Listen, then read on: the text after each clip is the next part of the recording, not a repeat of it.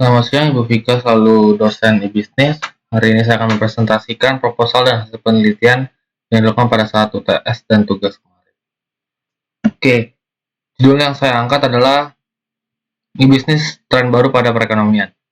Ini adalah proposal yang sudah saya kerjakan, itu lebih mengacu kepada apa yang bisa dilakukan sebuah perusahaan untuk mendapatkan profit dan keuntungan yang lebih baik menggunakan e-bisnis.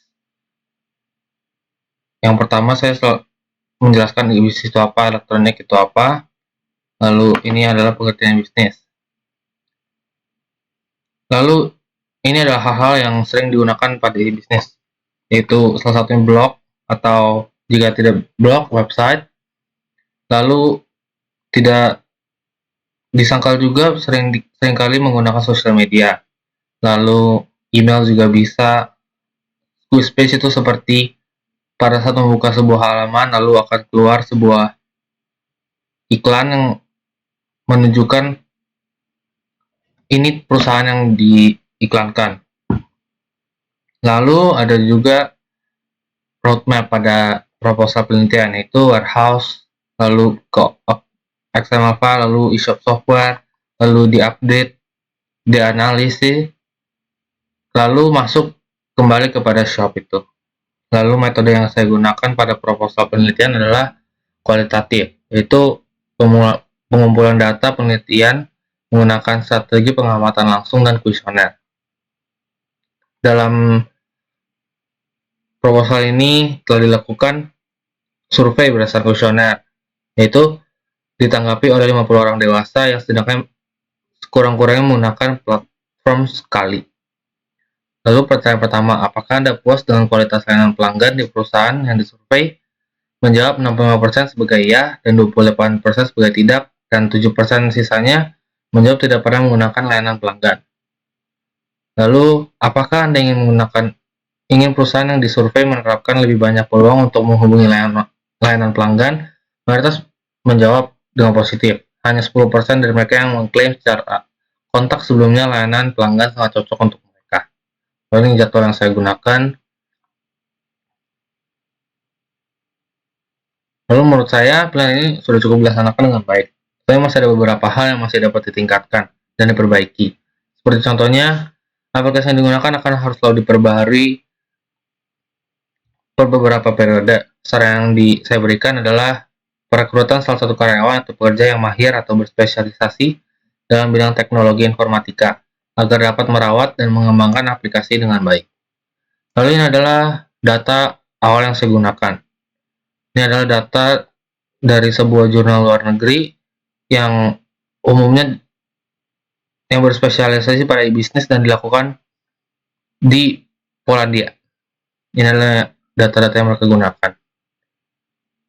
Lalu ini adalah hasil penelitian yang saya lakukan. Dalam penelitian yang dilakukan di luar negeri, saya memutuskan untuk lebih memfokuskan pada layanan pelanggan. Lalu ini yang saya gunakan. Dalam pendahuluan, perekonomian global telah mengalami perubahan yang signifikan dalam beberapa dekade terakhir, terutama dengan kemajuan teknologi informasi dan komunikasi. Peningkatan penggunaan internet dan perkembangan teknologi digital telah mempengaruhi berbagai sektor ekonomi, termasuk bisnis. Fenomena ini dikenal sebagai e-bisnis atau bisnis elektronik.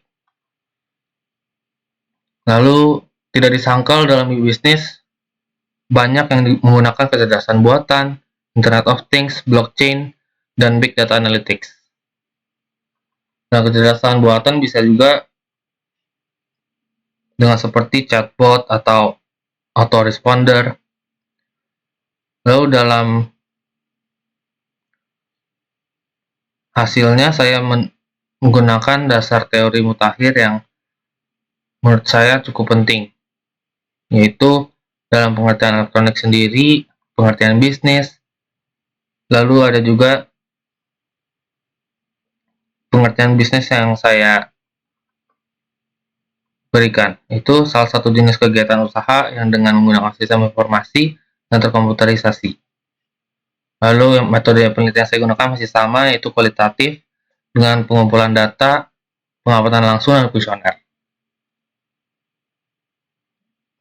Saya juga melakukan observasi dan wawancara, sama juga datanya itu pada 50 orang dewasa yang sekurang-kurangnya menggunakan aplikasi 1 kali. Lalu tetapi sekarang saya membuat grafik untuk mempermudah pembaca untuk melihatnya. Pertanyaan sama, apakah Anda puas dengan kualitas layanan pelanggan? Responden menjawab 65% ya dan 28% tidak, dan sisanya 7 responden menjawab tidak pernah menggunakan layanan pelanggan. Lalu yang kedua, apakah Anda ingin perusahaan yang disurvei menerapkan lebih banyak peluang untuk menghubungi layanan pelanggan? Mayoritas responden menjawab positif. Hanya 10% dari mereka yang mengklaim cara kontak sebelumnya layanan pelanggan sangat cocok untuk mereka. Lalu yang terakhir, bagaimana Anda ingin menghubungi departemen layanan pelanggan? Dari survei jelas menunjukkan bahwa responden ingin memiliki lebih banyak kesempatan untuk menghubungi layanan pelanggan. Mereka lebih suka menghubungi melalui telepon, yang tentunya mempersingkat waktu respons. Lalu yang saya putuskan gunakan adalah salah satunya autoresponder.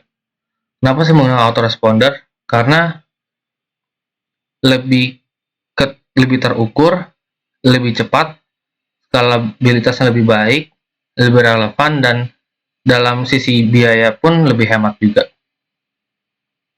Lalu saya menyimpulkan dengan menggunakan pemasaran email dan autoresponder, diharapkan juga bagi perusahaan ini bagian customer service atau layanan pengguna dapat meningkatkan interaksi yang lebih personal dengan pelanggan. Dengan memanfaatkan data pelanggan dan teknik segmentasi, perusahaan dapat mengirimkan pesan yang relevan dan dapat disesuaikan dengan kebutuhan dan preferensi setiap pelanggan.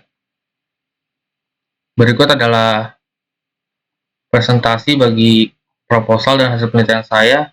Terima kasih.